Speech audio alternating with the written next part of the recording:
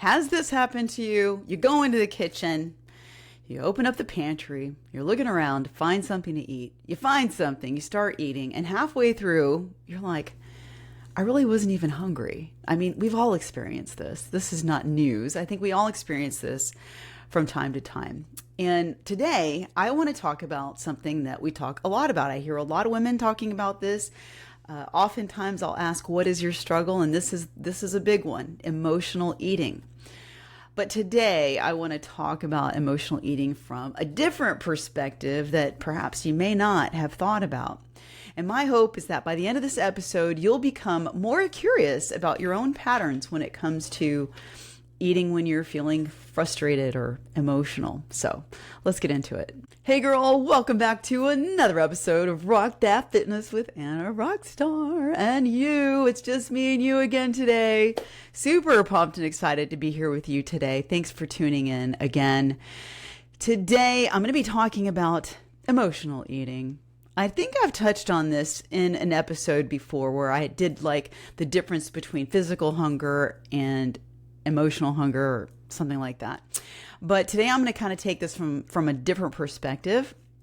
But before I do, what kind of lifey updates do I have? Before I get into lifey updates, I want to say this. On my email, last week I sent out an email and I asked, would you be interested? This is everybody on the Rock That Fitness. Well, come on, Anna. I'm not going to, don't edit this, Chrissy.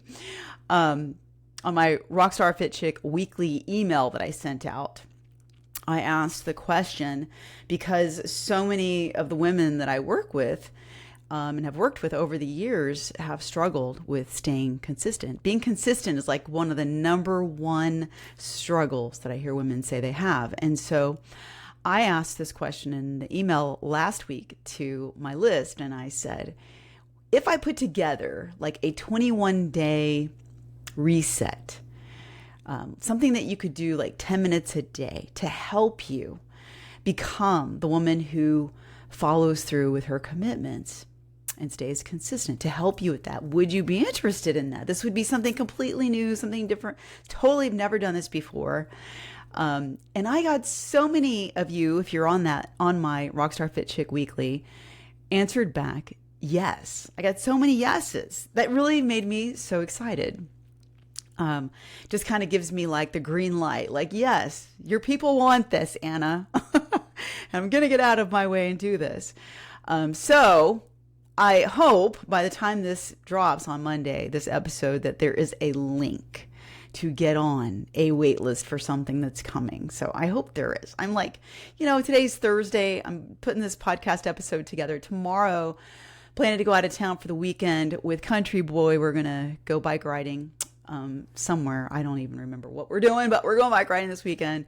So I'm really hoping that I can have this wait list ready, and it is going to be in the show notes on Monday today. When you listen to this episode, your opportunity to be one of the first people notified when I actually open up the doors to this thing, whatever this is that I'm putting together, that you guys, all of you, are actually helping me with the feedback I'm getting, with the answers to questions that I ask. This is going to be something really special that I'm very excited about. So check out the show notes. I'm trusting that link is going to be in there to get on the priority list.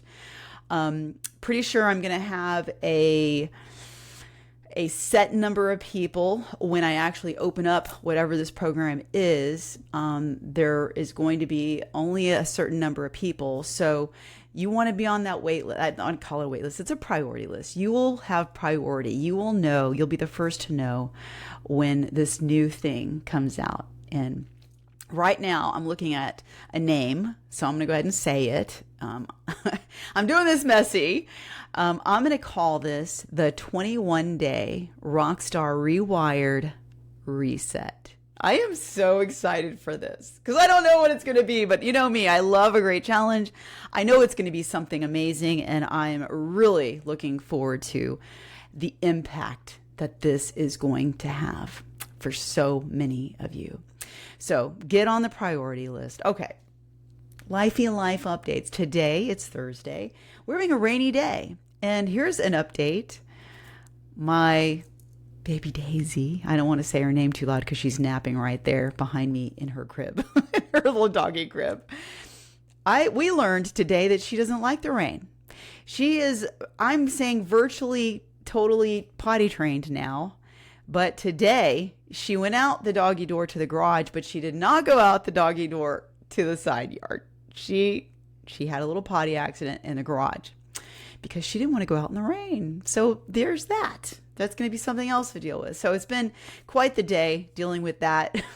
It's almost like we're going back to potty training 101, but she's a puppy. Hopefully she'll get over it. Any other life updates going on? Nothing really to speak of. I don't know what day I am in my cut. I think things are going well. I'm feeling great, feeling healthy, strong. I did have a day where I was up really late dealing with some things having to do with, personal matters that kept me up very late that night. And the next day was tough. I was very, very tired. I was not firing on all cylinders, and I was having that, that ghrelin hormone was high, the one that causes hunger, when really what you need is sleep, but your body's craving energy and you just want to eat all day. I had one of those days.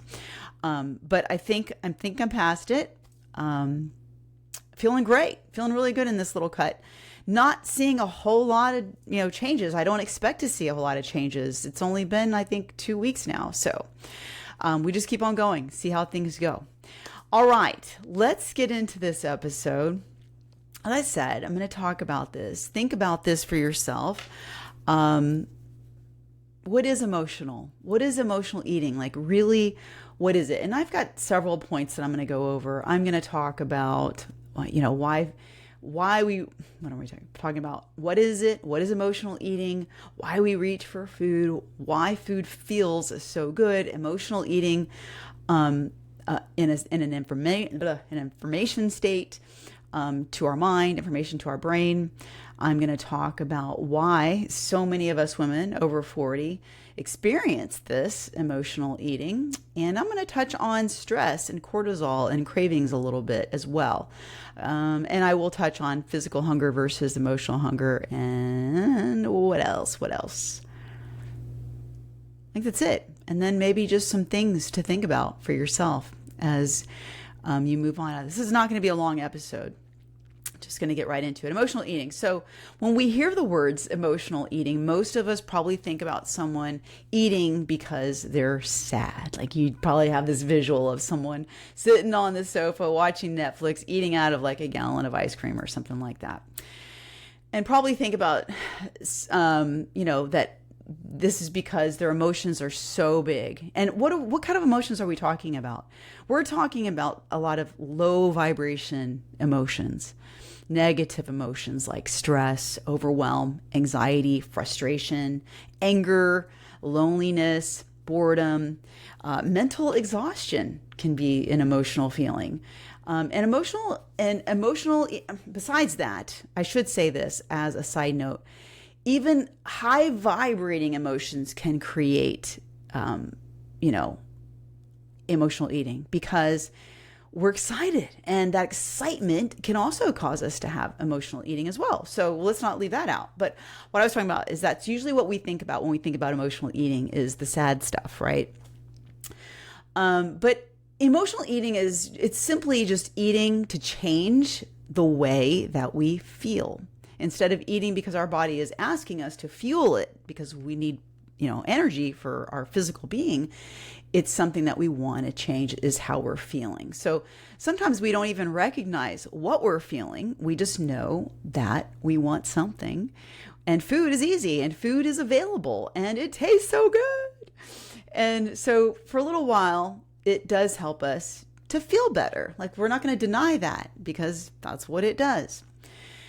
So why do we reach for food? Well, one of the things that I find fascinating is just how our brains work, and I'm a nurse. So obviously I love to learn about the brain. Neuroscience is very fascinating to me. Our brains are designed, to keep us safe, to keep us feeling protected, to help us feel comfortable. We want to stay safe, right? But when we're under stress, our brain is naturally starting to look for relief. So what it's saying is, I want relief right now. I don't want it tomorrow. I don't want it next week. I want relief right now. And I know this is probably hitting home. It is for me, because I get it. We all experience this. And over time, our brain begins to make a connection with, like, last time I had chocolate and that made me feel better, right? Our brain is already going to associate certain foods with causing the feelings of relief. So Friday night pizza feels really good. Also feels easier. It's not complicated. Pizza, relief. I don't have to cook. Relief. It tastes so good. It feels good. Very, ice cream helps us to just unwind. And those experiences just become a familiar pattern.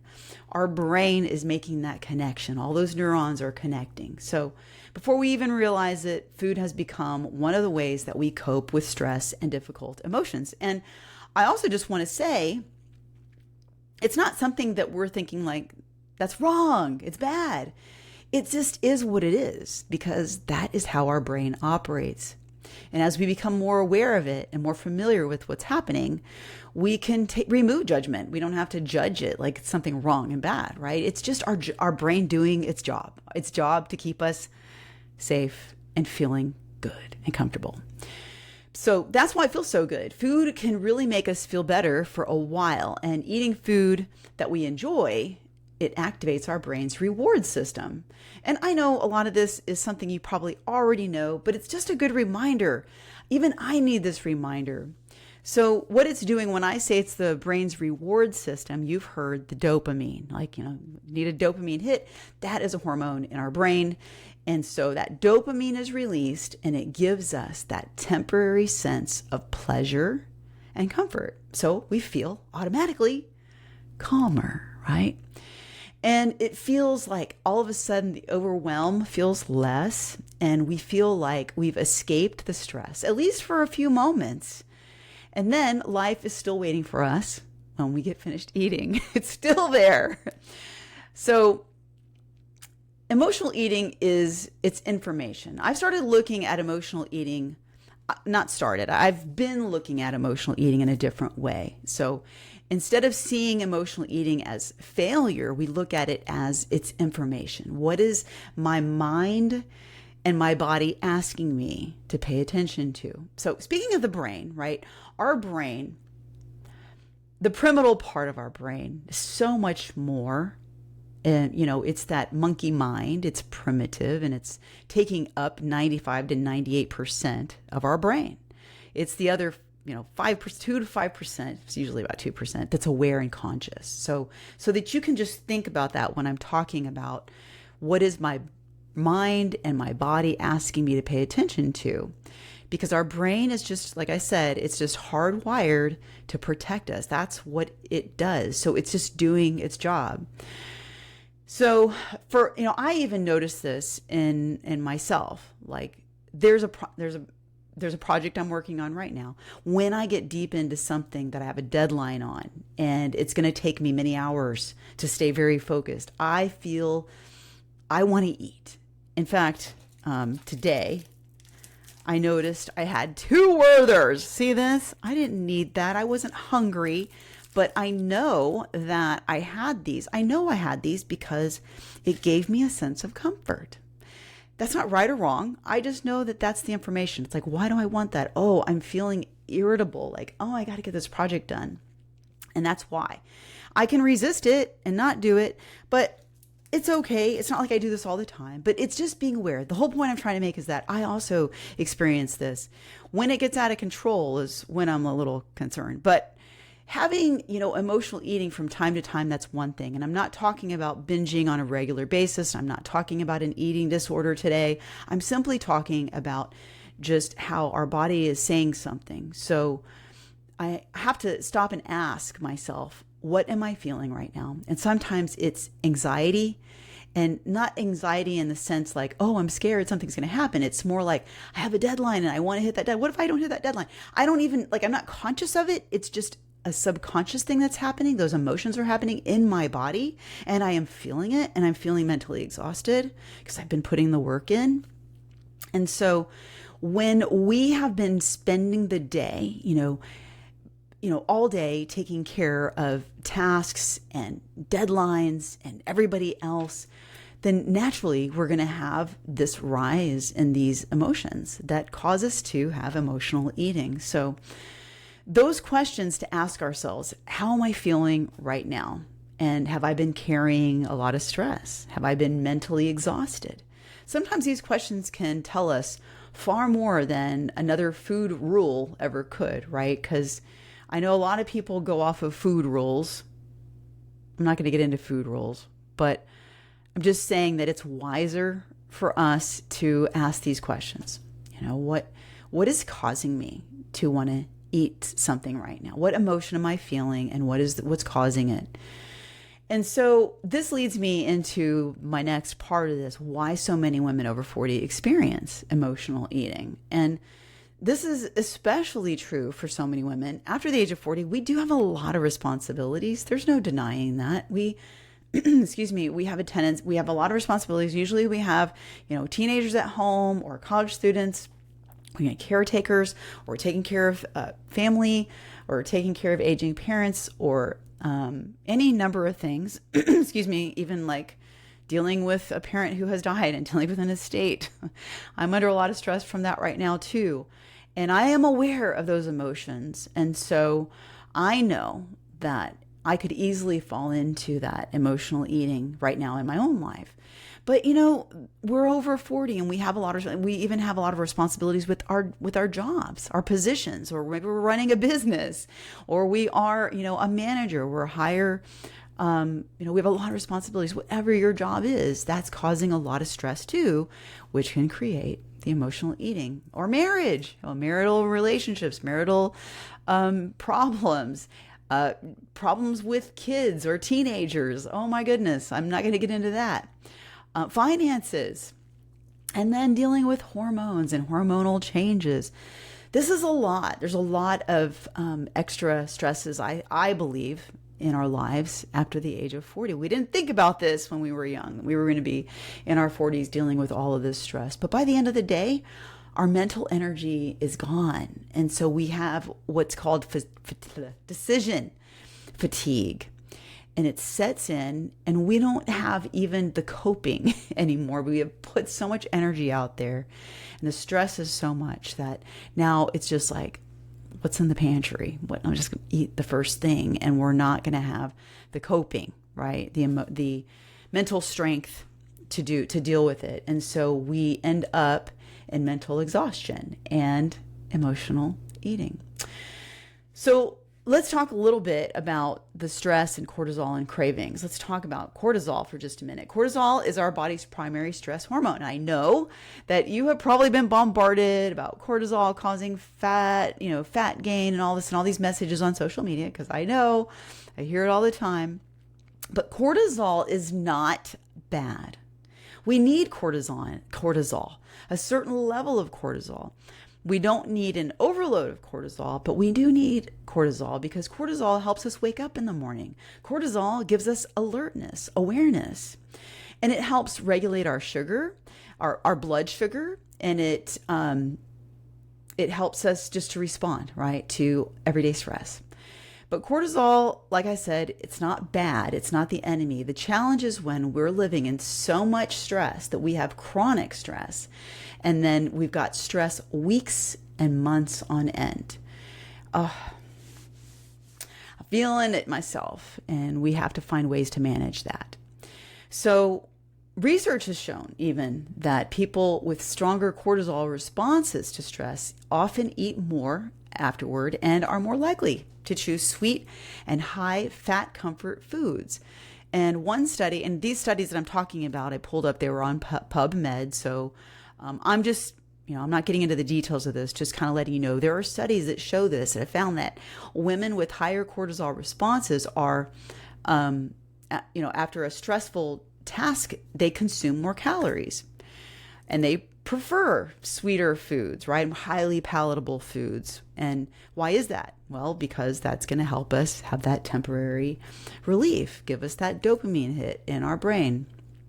And so sweeter foods, so what I'm saying is that women who have these higher cortisol levels in their body tend to gain weight, yes, and they have more cravings for sweeter, highly palatable foods, more so than women who have lower cortisol responses. So when we're under constant stress, our brain starts looking for quick relief and quick energy. And that explains why cravings often become stronger during stressful seasons of life, right?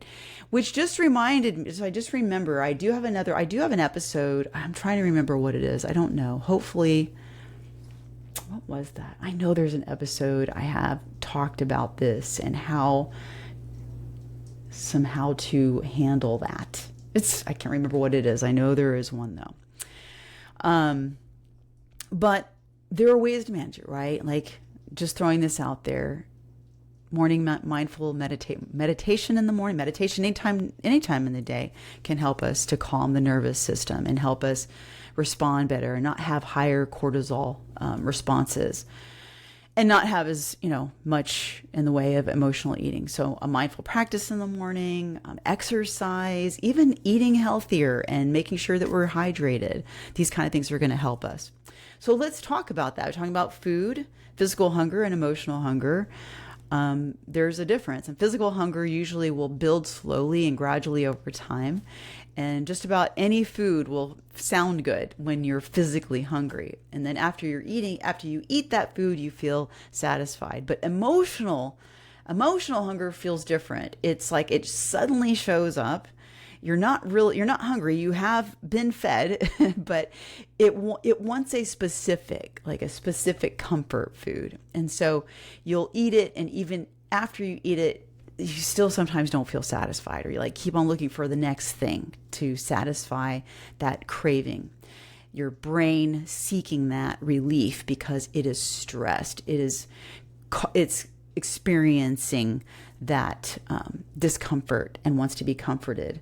So I notice this in my life when, like I said, when I'm working on a project, or if I have a deadline, or when I have stressful things happening in my life, with family or very serious stuff happening, I will notice that I'm not hungry, but all of a sudden I'll have a craving for something salty. And I'm thinking I want to go open up a bag of my tortilla chips and just start eating them out of the bag. And I'm not saying that I don't ever do that. It happens. And then I notice, and sometimes I let it happen. It's not that, I don't notice. I mean, I notice and then I'm like, oh no, I am not going to do that like a robot. No, I'm human. And sometimes it happens to me too. And when I think about that happening, I think the idea here is that how often is it happening and how often are we allowing it to happen, right? Because for me, it's very rare. So because I have worked so hard over the years to position myself in my life and the choices that I've made to eliminate stresses in my life. And so this isn't part of the notes but I feel like this is kind of a good place to mention this, because I know some people will think, well, Anna, you just have it so good. Like you're empty nesting, you have this and that. Of course you don't have as much stress or whatever. But this is something that I don't know about you, but I've worked really hard to get to this place. And that doesn't mean I don't still have stress, because girl, I even create my own stress. Do you do that? I think we're vibing because I created more stress for myself having, getting a puppy, but I wanted that because just the joys and all of the pros outweighed the cons for me.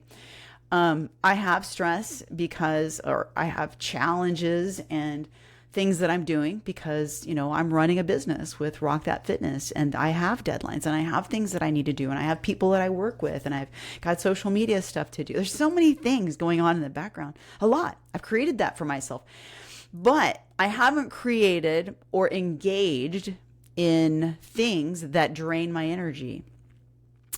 People that maybe want to engage in arguments, I won't do that. And if I notice any kind of drama happening in any type of way, I will somehow step away, not be a part of it. I'm very careful with the people that I choose to be a part of and interact with these days. I'm careful with how I spend my time, where I spend my time. So there are things that we can do, ladies, to create a life that will decrease all of the things that can cause this emotional eating, because it's coming from somewhere. And so the fewer of those stressors we can have in our life, the less likely that we are going to have, the less risk we're going to be at for emotional eating. So it starts from this, right? Like you're emotional eating and you go, what's the emotion I'm feeling? What's the reason I'm having this? And then is this something I can change so that I can experience less stress with this and, in the future? What do I need to start saying no to? Those kind of things. And some of us need to do a job. May I say that? Maybe we need to do a career change or job change, because this is our health we're talking about, right? And I'm not saying this like, if that's you, then great. Might need to think about that. And it is scary to do something different, but this is your health. This is your life and your longevity, and you have choices. And I know that can be scary for some. And for some, I know that you've been at your position at your work for so many years, you're like counting down the year, like, oh, I only have 1 or 2 more years and then I'm going to retire or whatever. So for you, I understand. What are ways that you can eliminate other stresses so that you're not maxed out, right, with those stresses? So that wasn't really part of it, but I think it's worth mentioning that, we can create a life that has less stress. We can create a life where we're not putting so many stresses on us and creating all these negative emotions that cause us the feeling to want to have emotional. I notice this for myself. When I notice that I'm having that urge for emotional eating, I ask myself, what's causing this? And I know that they're few and far between for me. So if it was a pattern, which we want to start recognizing a pattern, then we've got to figure out how we're going to break that pattern slowly over time. Doesn't have to be overnight, little by little, right? We start breaking little habits, like what's one thing that we can do. So the next time we find ourselves reaching for food, we want to do this. Ask the question, right? We're going to pause just for a moment. And instead of asking, just ask these kind of things like, what is causing this? Am I physically hungry? Am I emotionally hungry? And what am I feeling right now? Sometimes you won't even notice you're having an emotional eating until you're in the middle of it. And when you're in the middle of it, you can choose to pause even at that moment and ask yourself, what am I feeling right now? What happened today? What do I really need instead? Like, what do I really need? Because food is a temporary relief. And it's also, if we're eating more food than our body needs, right now we're going to start gaining weight, and that's just going to be a pattern that's going to head down the road that we don't want. But asking, what do we really need, right? If you're feeling sad, maybe you need to talk to somebody who loves you and cares for you, and you want to just talk it out. Maybe you need to see a therapist. Same thing if you're angry, or there are certain stresses in your life. What do I need? I need to eliminate this situation, and I need to start saying no so that I can have some space. Make space for yourself and not be filling up every single second of your day. So ask those questions.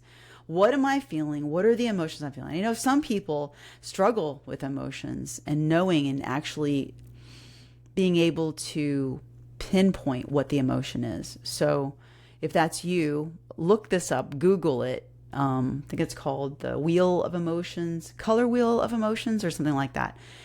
But it's good. Like, look up this thing, the emotions, and start becoming aware of your emotions. Because again, the thoughts that we have, our beliefs that we have, they create the emotions. And then those emotions are going to create the actions. And so if we're having these negative emotions, they're going to cause us to feel this emotional wanting to emotionally eat. So let's go back and and like, let's really get in touch with what are these emotions and what's causing the emotions. Okay, so hopefully that's helpful. I know a lot of women haven't thought about that. They label themselves like, oh, I'm just an emotional eater. I'm an emotional eater. But you don't have to be. Like, we can choose and we can say, well, I eat because I'm having this emotion. It's not because I am an emotional eater. It's just because I have a pattern of eating when I'm angry or sad or whatever the emotion is. It's a pattern. And if you want to change it, you absolutely can change that for yourself if you want to. You've just got to want to. And then just do it a little at a time. Start noticing, start pausing before you eat to ask, is this physical hunger? Is this emotional hunger? So in closing, we're going to close this up and wrap this up. Awareness is always going to come before change. And we can't change patterns that we don't recognize, right? We have to first recognize them and become aware. That's the hardest part, is just remembering, which mindful practice and meditation can help, because it starts training. It's brain training, training your brain. So I really do hope that today was helpful for you. And I'm not here to give you like another nutrition strategy. I hope that this helped you understand yourself a little bit better. And this is an ongoing process, and it's a journey. It's just going to be becoming more aware of yourself and why you do what you do and what is causing the emotional eating. So ask yourself, what do I need right now? Maybe the answer is food. Maybe the answer is rest. Maybe the answer is connection. And maybe it's simply to acknowledge that you've had a really hard day and you need to go to bed early. That was me yesterday. So that's where lasting transformation really begins. And this is the reason why I am getting more and more excited for this new thing coming that it's been inside of my heart for so long. Ladies, you know, I'm very passionate about our mindset, but it goes beyond the mindset. It's more like regulating our nervous system, being calm, responding rather than reacting, and really creating a life, an environment that is conducive to achieving our goals of being healthy, strong, fit, for life, not just reaching some kind of fat loss or weight loss goal and then that's it, and then you go back to your old ways. We want lasting transformation. And that's why I am so pumped for this, because I've had messages for a long time. Some of them are in my brain saying, nobody wants that, Anna. And I've had voices somewhere out there, messages saying, Anna, nobody wants anything on mindset. Fine. We're not doing things on mindset. This is not a mindset program that I'm about to put together. It's deeper than that. This is something that I'm excited because I know it's going to speak to your heart. And change happens right here in the emotions and the feelings that our body is experiencing. When we can get in touch with the thoughts we're having and the emotions that are tied to that, man, we're going to be unstoppable. And I'm talking about things like becoming aware of our beliefs. I wasn't going to talk about this, but I am aware of our limiting beliefs, our self-limiting beliefs, aware of our personal identity, aware of the self-talk that we're having, and aware of things that cause us to react. These kind of things. And also learning about regulating our nervous system, learning about things more about emotional eating, more about what causes this survival mode, what kind of things for you cause that. And then, self-compassion and alignment in our identity and our habits and daily routines and planning and habit stacking and integrity with yourself. And creating this lifestyle that I'm talking about, this lifestyle of nutrition and movement and mindset.